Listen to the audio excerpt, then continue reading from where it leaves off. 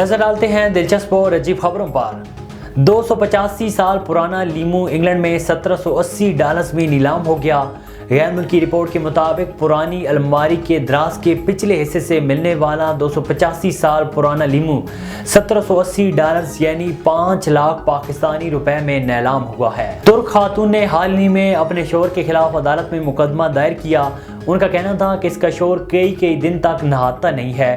खातून के मुताबिक कभी कभार नहाने की वजह से उसके करीब से पसीने की बदबू आती है, जबकि वो दांतों की सफाई भी हफ्ते में 1 या 2 बार ही करता है। तुर्क मीडिया ने खातून की शिनाख्त सिर्फ AY से जाहिर की है। इस खातून ने अपने शोहर CY से खुला लेने की दरख्वास्त दी है और इसकी वजह शोहर का साफ सुथरा ना रहना है। सऊदी के साहिल अल खबर पर बिल्ली और बत्तख की मोहब्बत सोशल मीडिया की साइट X पर ट्रेंड बन गई।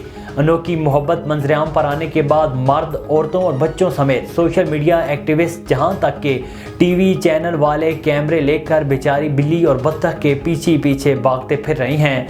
समाजी राब्ते की वेबसाइट X पर सऊदी अरब के टॉप ट्रेंड्स में कबल्स अल खबर है, जिसमें तादम तहरीर 5009 पोस्ट की गई हैं।